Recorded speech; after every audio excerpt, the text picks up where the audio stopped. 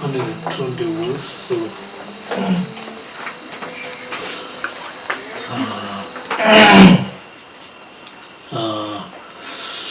therefore, since benefacting these beings will repay those who give their bodies and enter the deepest hell for their sake, I shall behave impeccably in all that I do, even they cause me a great deal of harm, and for their sake, those who are my lords have no guard even for their own bodies. Then why am I so full of self-importance? Why I do not act like a servant toward them? So this was actually Shandida was talking about, how to develop this we call the Bodhisattva mind. How to develop this altruistic for the Bodhisattva mind. And so Bodhisattva mind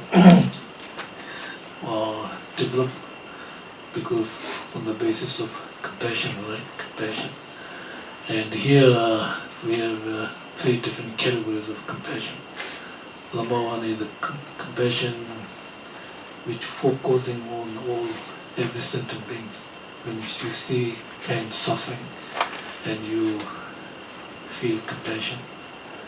And number 2 is not only that, more than that, not only focusing on the suffering beings, but compassion focusing on the momentarily changing of the sentient beings. So that means impermanence. So things are, sentient beings are momentarily changing. We're talking about, so if you focusing not only sentient beings, but momentarily changing of sentient beings, you will develop even more great compassion. And number 3, compassion is more than that. It's talking about compassion focusing on the nature of suffering sentient beings. So talking about as I mentioned last week, everybody have nature. Nature is very clear, and everybody have Buddha nature. It's exactly same like Buddha. There's no different. That nature and Buddha's nature is no different at all. Exactly same. So the problem is ordinary sentient beings unaware of this nature, and because of this we create many problems.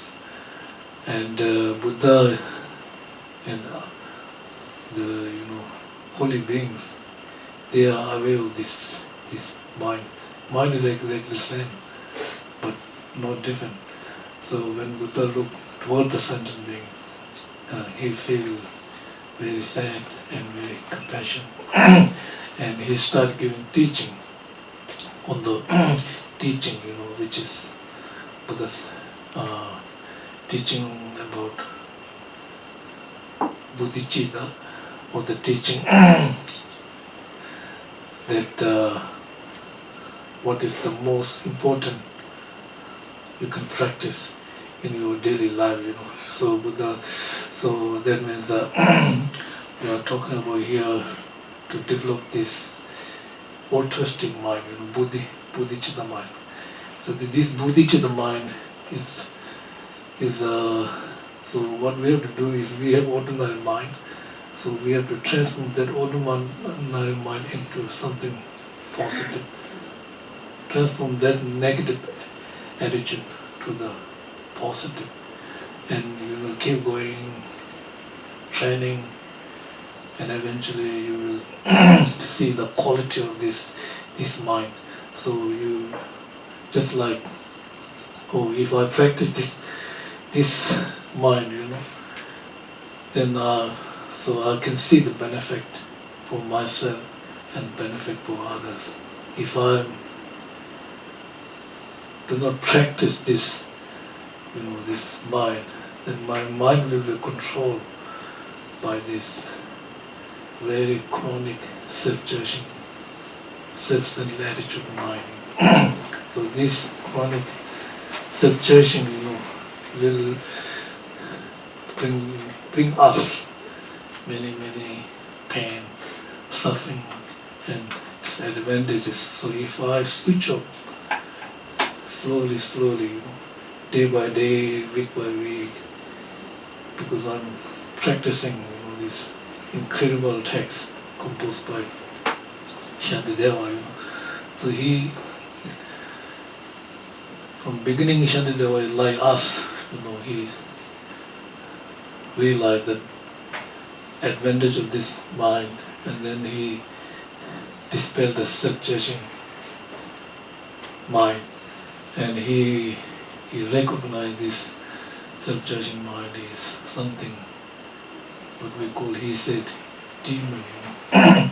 Ordinary perspective, we talk about external demon, compared to self-judging, Shantideva said, external demon is nothing, only cause you this life. But this self-judging demon just is beginningless. It will come today, tomorrow.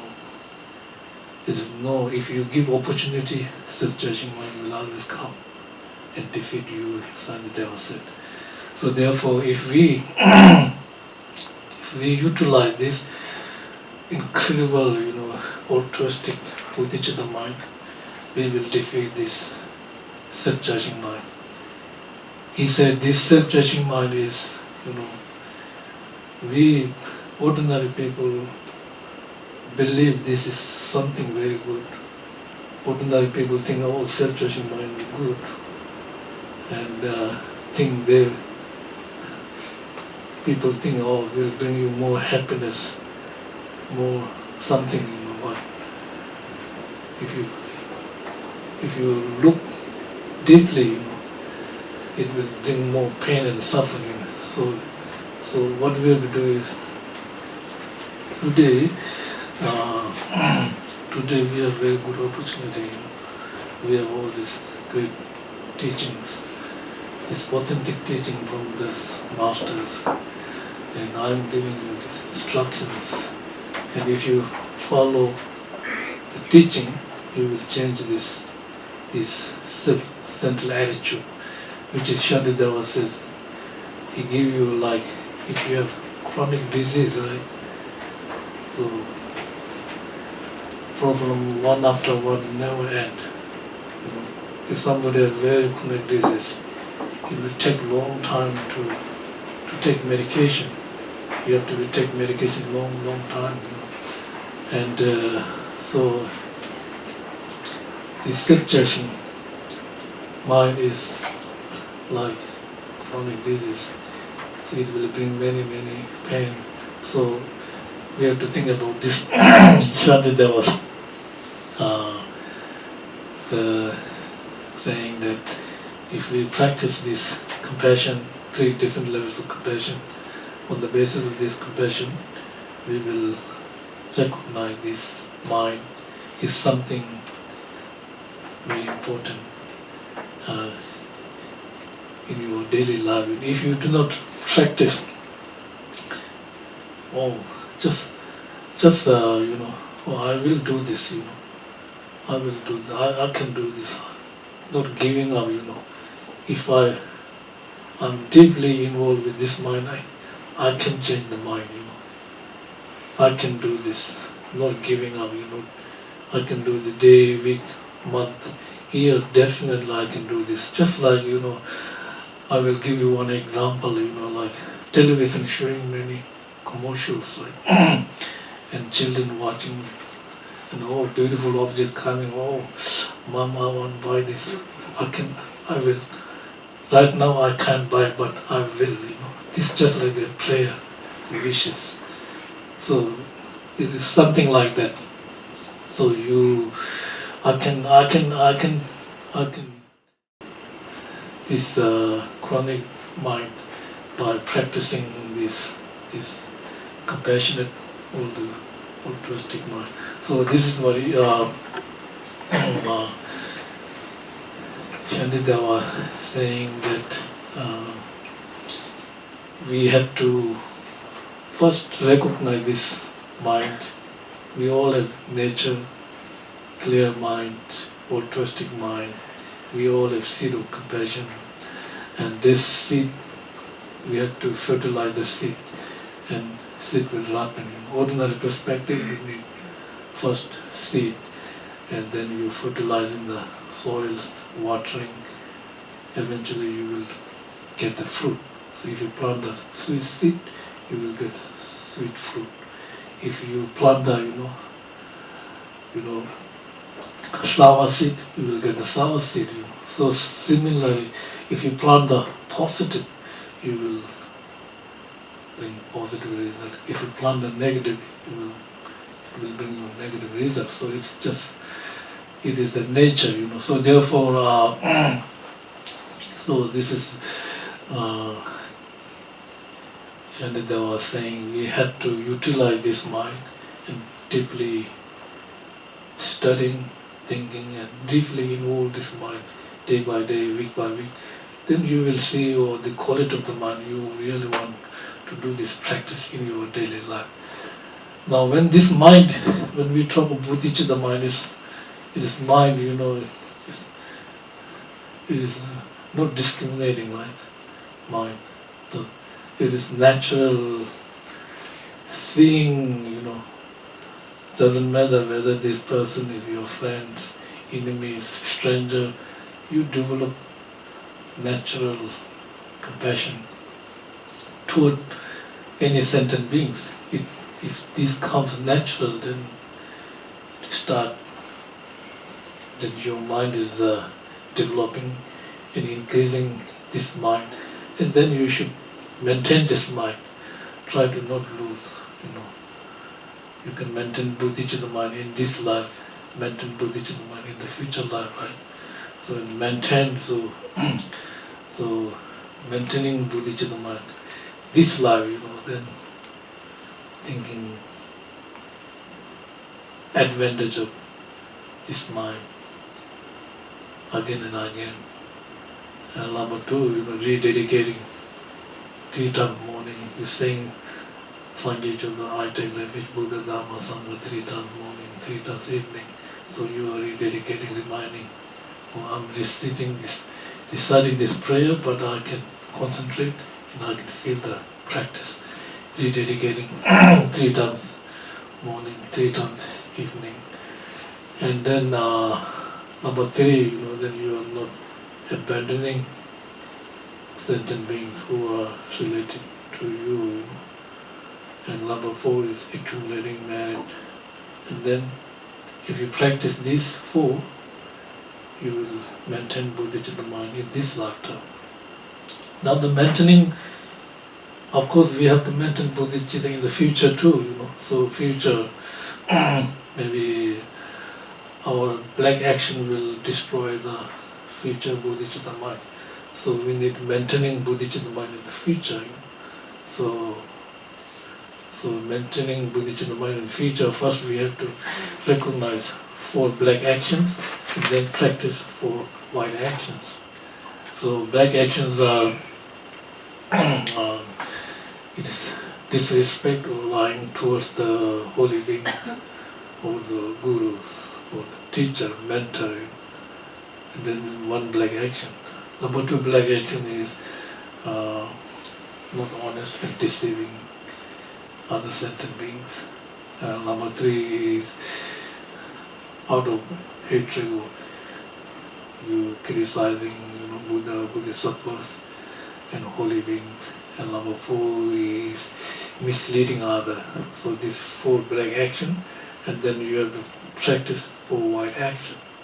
So I will not lie, I will not deceive other sentient beings, I will not criticize holy Bodhisattva beings, I will not mislead other sentient beings, then you will maintain bodhicitta in the future. So very, very important.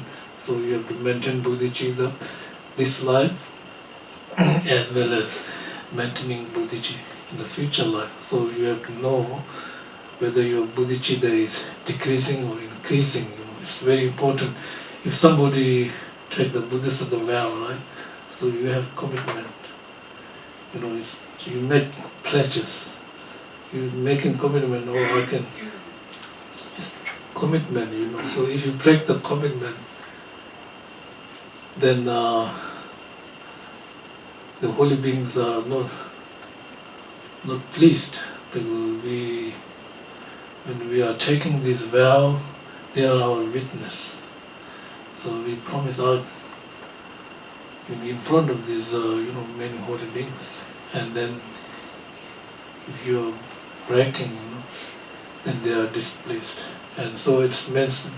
So here Shantideva was talking about very important to recognize this mind, and we need sustain this mind in this lifetime, in the future lifetime. When in the future, if somebody doing this practice, future life, the next lifetime, we believe it is much better. You don't have to be steady.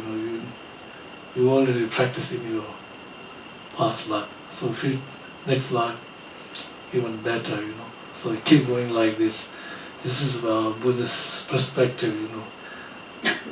We will become enlightenment in the future. So something like that. So that's the.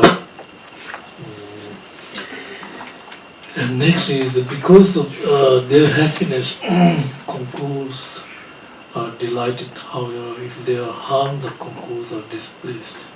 Hence, by pleasing them, I shall delight the concours, and by harming them, I shall hurt the concours. That's exactly. Just as a desirable sense object would give my mind no pleasure if my body was blazed with fire. Likewise, when living creatures are in pain, there is no way for the compassionate ones to be pleased. Therefore, as I have caused harm to living beings, today I openly declare all my unwholesome acts that have brought displeasure to the compassionate ones. Please bear with me, O Lord, for this displeasure I have caused you. From now on, in order to delight the Tathagatas, I shall serve the universe, definitely cease to cause harm. Although many beings may kick and stammer on my head, even at the risk of dying, may I delight the protectors to the world by no retaliating. So here, very important when we talk about this mind. Actually, we are talking about two things, right? Which bring you pain, self-judging mind and grasping mind. These two, all our problems and suffering coming through these two. So self-judging mind. So we need to focus on this bodhicitta mind. So here Shantideva, according to Shantideva, this bodhicitta mind means exchanging one step to other. So first, very important, step by step, equalizing one step to other. So number one, meditation. Okay. Number two, then thinking many disadvantages of the self-judging mind. Number three, thinking many advantages of judging others. And number four, actual way of changing oneself to other. And number five, giving and taking meditation on the breathing exercise. So this is the, according to Shantideva. So exchanging oneself to other, so it means if you don't understand, maybe a little bit strange exchanging of oneself to other, impossible, So it means equalizing oneself to other. So equalizing oneself to other means it's talking about attitude, on mental attitude. Every body or every being, same. Doesn't matter, no matter who everybody want happiness, joy, do not want pain and suffering. That's equal. Everybody, equalizing. So that kind of equalizing, wanting, same, no matter who are, wanting happiness, do not want suffering and stuff. But because of this, the mind unaware of seeing this, the nature, and create many problems. So equalizing oneself to other. Then you have to think about when you equal your mind, it's like fertilizing the soil. If you want to plant the seed, first you have to fertilize, plant your garden or your field. So make plant fertilizing and make Oops, a daisy. no light gone. Yeah, all power gone. All power gone. Everybody, can you hear? Oh, might come back. Oh, so equalizing oneself to other means okay, equalizing oneself to other. So that's number one. Number two is thinking many disadvantage of the self-judging mind. Okay. So that means, as I mentioned before, self-judging mind is kind of like chronic disease, So it will bring many pain, suffering, or everything. If we look deeply, all problems come from the self-judging mind, So thinking, many disadvantage of self-judging mind.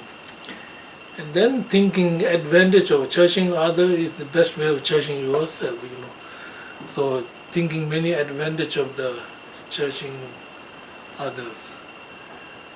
So when you discriminate, first equalize your mind, second thinking many disadvantage of this self-judging mind, third then advantage of judging others or the compassionate mind, and then actual way of thinking, now I can switch off this. Till now I cherish myself, now I can cherish more for others. And I can judging others also benefiting from me, to increase my mind, to strengthen my practice. And then the actual way of giving and taking meditation on the breathing exercise. So first you take and then you give, taking pain and suffering and visualizing this smoke, like smoke, which is symbolize pain and suffering of every sentient being. And from your left nostril, you breathe inside and absorb into your self-judging mind and feel all pain, suffering dispelled. And then, now what you have to do is you have to give something good for others. So visualizing, white or light smoke, which is symbolizing your all good qualities, virtuous, whatever, you can send this light to to every sentient beings. People who are sick, then transform into the medicine. People who have no food, transform into the food, or whatever. Then feel all beings receive all this, your virtues or the good qualities. So that's the way of thinking. Shantideva was teaching on bodhicitta, so exchanging oneself to other, So it is a very important practice.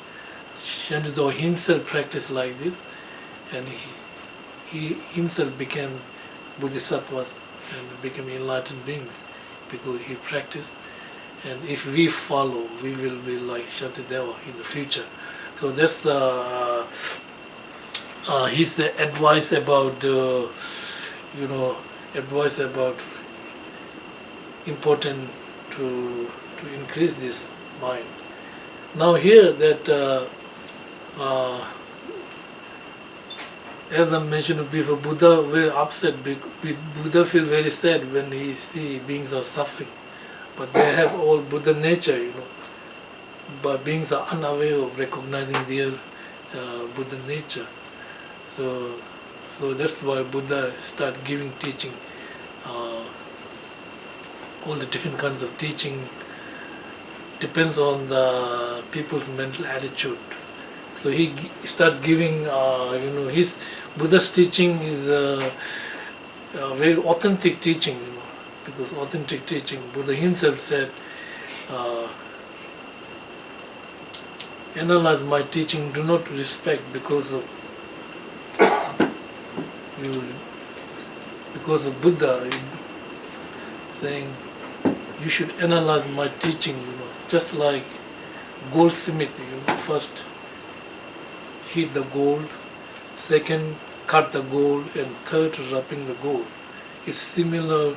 So Buddha's actually it has great meaning. It means we have three objects. One is the manifesting object, second is hidden object, and third is extremely hidden object. So the manifesting object is we don't have to prove, like we can see, we can hear, we can smell, we can taste. It's just non-conceptual mind. You see whatever you see, you don't have to prove. So these are the object of the five sensory objects, manifesting object. Then, with manifesting object is not harmed by this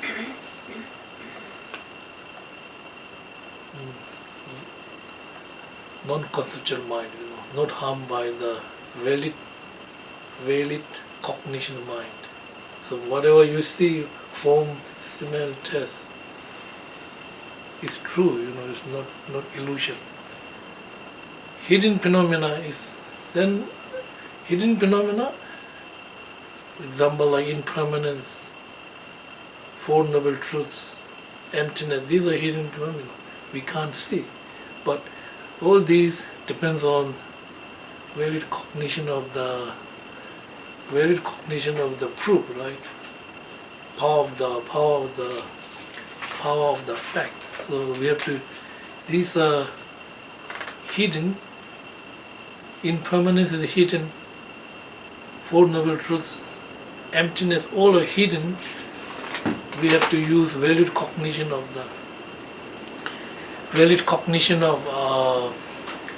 power of fact.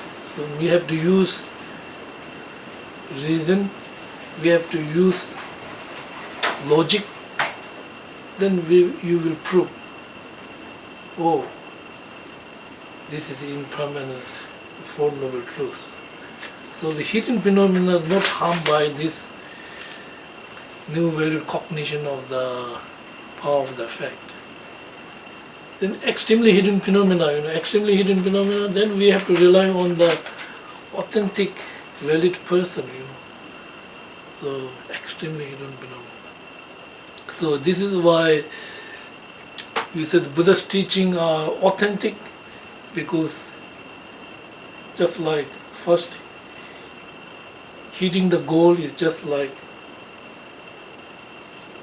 if goldsmith want to buy the gold, first you have to heat the gold and make sure gold is pure, then he will decide I can purchase the gold.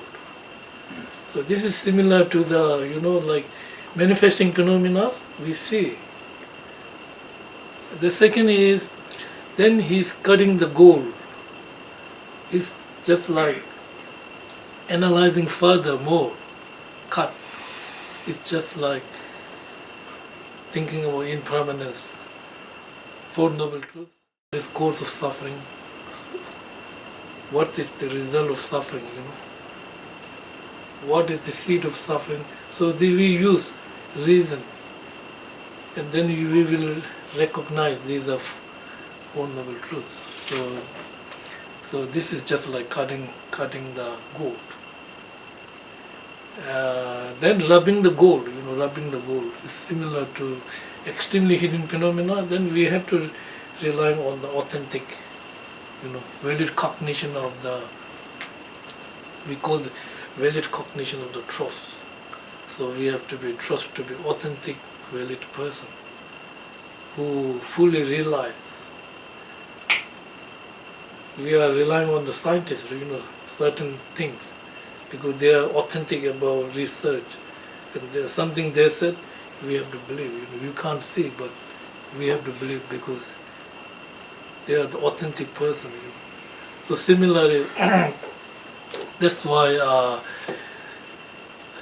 when we talk about the Buddhist teaching, authentic means not harmed by these three valid cognition.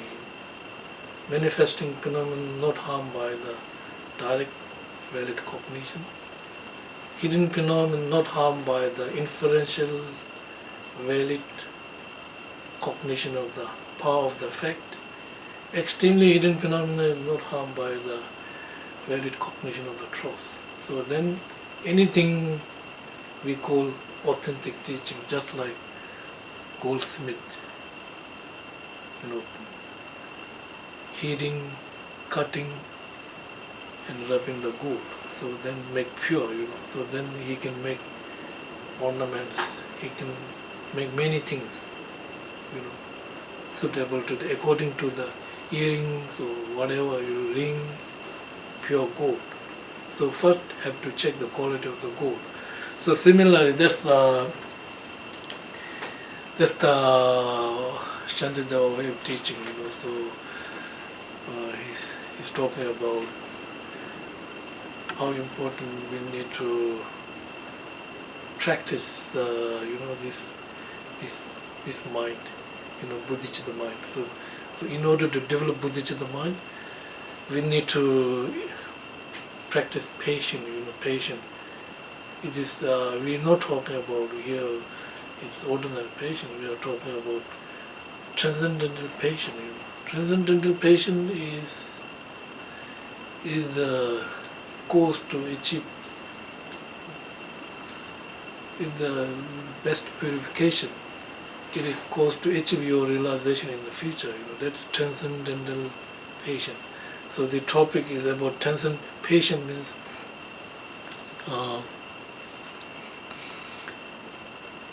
you're developing, developing these three different types of compassion, and then bodhicitta mind, practice, and then you are able to increase this incredible bodhicitta mind. We should be like Buddha. One time, Buddha disciple asked, one of the Buddha disciple asked to the Buddha, what's the difference between your love and our love? So Buddha smiled and said, my love is like bird flying in the sky, Your love is just like bird in the cage. So we are in the samsara, like our love is like in the cage of samsara, Buddha's love is infinite, no limitation, It covers whole space. We cannot say Buddha love exists here and absent here, Wherever space, his love is there, So our love is like in the bird in the cage. It's not here, sometimes not here, what I mean. This is why disciple asked Buddha, he smiled first, he smiled, my love is like bird flying in the sky, but your love is like bird in the cage, So this is, different between Buddha's love and our love. So it's very important when we talk about this altruistic Bodhicitta mind. This all basis on the moral ethic. Morality is the basis of everything, right? Moral. Then we are talking about moral is the base. First, moral. Second is the concentration. And third is the wisdom. Then you use the intelligent wisdom, right? If you lack of moral, then you will not achieve, anything, The morality is the basis of everything. It's just like ground. To plant the, seed, we need ground. No ground, we cannot plant anything. We cannot build house. We cannot do anything. Ground is the basis of everything. So the moral practice is the basis of everything, Buddha said. So I may share one story to you, moral story in India, One time, one wealthy family or father, took his son to the villages in India, very poor villages. This is moral story. So he took the wealthy family, and the father took his son to the poor villages and have a look. The villages are poor, people are very poor, but people are very happy. People are more close together, And then they came back home. They are very wealthy, very rich. And father said, how's your trip today, How you feel today? And son said, very interesting for me today, So what do you mean, interesting? I said, he said, we have one dog, they have 4 dogs. So we have pool, they have rivers, We buy the food, they grow the foods. We have tube light, they have stars, We have protection for the walls or whatever, they have family and relatives. So we are so poor dead. The dead is speechless, kind of like story, So everything, son said, dead, we are very poor, It means morally poor, internally poor, Saying, he said, we have 1 dog, they have 4 dogs. We have pool, they have rivers. We grow the food, we buy the food, they grow the foods. We have television, but they have, relatives, families, all close together, And then father is speechless. So this story tell about the moral, moral is the principle to practice to practice whatever you spiritual. Moral is the basis. Okay, thank you.